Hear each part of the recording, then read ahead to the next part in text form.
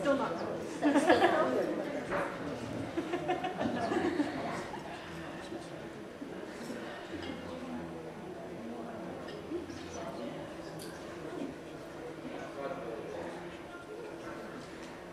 Welcome, ladies and gentlemen, to this last session. Those of you who have hung in there all day, congratulations, and thanks very much for your time and efforts. This session is presented by the Center for Applied Cross-Cultural Research at Victoria University of Wellington, and the topic of this session is Racism in New Zealand through the lenses of controversy provided by social media on Paul Henry and Hone Harawira. And actually this story is on the front page of today's Waikato Times, so it's produced a bit of a kerfluffle. And I'd like to introduce you to our team. I'm Professor James Liu, and to my left here is Karen August. She's a student in the School of Psychology doing her honors research, and so she's presenting her honors research on multimedia discourses with respect to Paul Henry. And we're very sad to report that one of the members of our multicultural team will not be able to be here, Anne Wapu. And any of you who know Anne know she's a bundle of joy, a wonderful student to work with, but unfortunately she's been diagnosed with quite a serious illness, and so she had to drop out of the project. One of our senior Māori students in the School of Psychology and the Center for Applied Cross-Cultural Research, Ara Marata, very bravely has stepped into the void to present the research, but she won't be able to provide you the same level of detail as, for instance, Karen will be on the Paul Henry research. So for the Hone Harawira research, I have to apologize in advance. We won't be able to give you a lot of the details of the research because a lot of those files and a lot of that work got kind of interrupted in midstream with the difficulties that Anne has had with respect to health. But be that as it may, I'd now like to dive right into our research. So I'll give you the background of this. This is an annual event for the Center for Applied Cross-Cultural Research, in that we take research as mandated by our advisory board, and you've all no doubt heard of Joris. Joris is on our advisory board, and he, as well as other members of the advisory board, recommended that we should take a look at controversial race issues that have happened in New Zealand over the last couple of years. The previous year, we presented a literature reviews on barriers to equality for Asians in New Zealand. That will have consequences as well in the sense that we will make a submission. Many of you heard about this convention with respect to elimination of racial discrimination. We'll make a submission to the Ministry of Justice on that based on last year's research. And I think this year's research is no less important in the sense that I think that there's some very important messages that we've found about social media with respect to racially controversial issues that we'd like to share with you today. So we're going to talk about Paul Henry and Hone Harawira. Media coverage and public scrutiny of these two figures has been the most intense of any cases in New Zealand over the last few years. Henry was the subject of 1,500 complaints to the Broadcasting Standards Authority, and these were the ones that were upheld, by the way, and caused India's Ministry of External Affairs to summon New Zealand's High Commissioner to unequivocally denounce Henry's quote-unquote racist and bigoted remarks.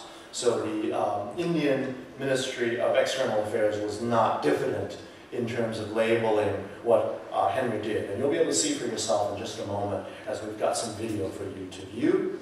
And then secondly, Harawira was the subject of an unprecedented 814 complaints to the Human Rights Commission, and the Race Relations Commissioner, that is Joris, commented that while there is no legal sanction against racially offensive language specifically, this does not make it acceptable.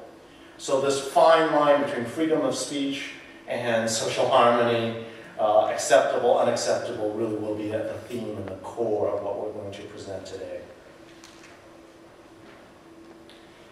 You might think that both of these are open and shut cases of racist talk, but this may not be the case. New Zealanders' race talk has been shaped by a bicultural history. This has been a history of initially colonization and then decolonization.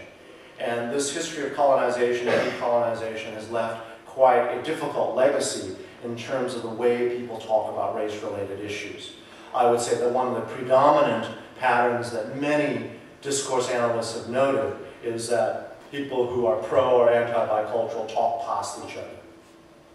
There is a discourse of grievances, of past injustices, that's countered by discourses saying that there's reverse racism and double standards in favor of Māori. So things that seem to be very simple are actually a lot more complex than they are, and the Harawira case would be no exception to this rule, and Arama is going to cover that later on.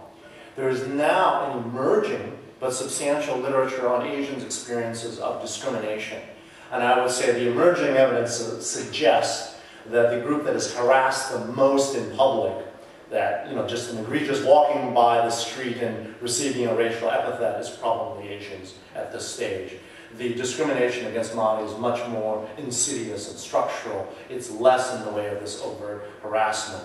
And this overt harassment then feeds into unequal access to employment as a common experience for Asian migrants. And so this is the kind of issue I think will shade into what Karen is talking about, since the object of Henry's derision were Asians, in this case Indians.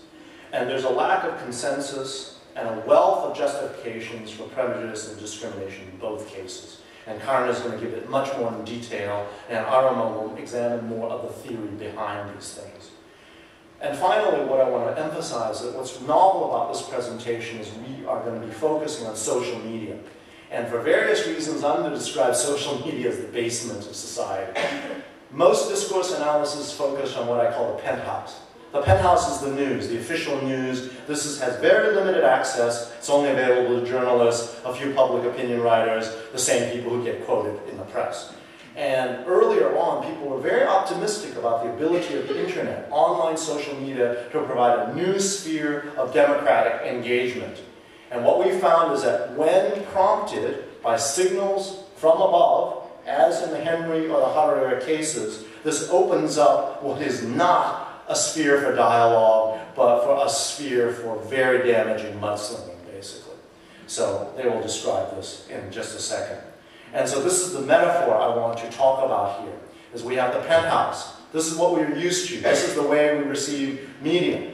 But members of the penthouse are very divided in terms of what it is that they can and can't say. And in this case, both Harawira and Henry said things that most people in the penthouse do not give voice to.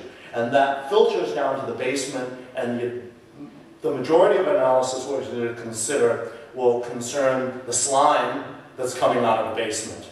And I really use these terms because it's exactly what we're finding in this research. It was probably the most shocking research that I've done in the 17 years that I've been here. I do a lot of work with qualitative discourse and analytical work, and I've never encountered the level of obscenity and the lack of civility that I have during these examinations. And I guess the theme of things is that how do we want to live in the ground floor? The ground floor, as we see outside, is this beautiful, idyllic space, these wonderful people that are here, but is it not possible that the slime from the basement and the signals from above will constrict the freedom and the qualities and the privileges that we experience in the ground floor now?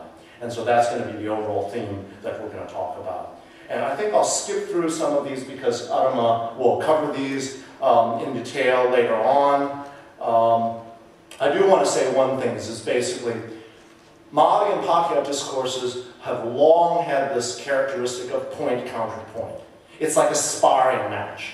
And so for every discourse that's used to talk about colonization, there's a counter-discourse to talk about reverse racism and double standards, and you'll see that pattern emerging again in the Harawira talk, so I don't want to focus too much on that. And I think, though, the predominant pattern that I do want to alert you to is one for Māori of symbolic inclusion and resource-based exclusion.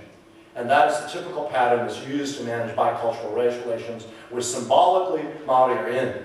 There isn't this outing of Māori, even under the worst of circumstances, being not New Zealander or not Kiwi. That's not the same pattern for Asians. However, it certainly doesn't lead to a more income equal or equality of opportunities in New Zealand necessarily. And this is underpinned by this well-practiced standard story that I'm not going to have time to talk about in detail today. And to give you one final little bit of research is to talk about race talk involving Asians and Asian migrants. There is increasing evidence of low intensity but pervasive prejudice against Asians in general and in particular recent Asian migrants. Representative surveys have suggested that overt discrimination, that is street harassment against Asians, now exceeds that against Māori. Whereas by contrast, the discourse analytical research with respect to Māori Pākehā, there is very little in the way of systematic attempts to describe discursive repertoires or standard ways of talking about Asians and Asian migrants in New Zealand.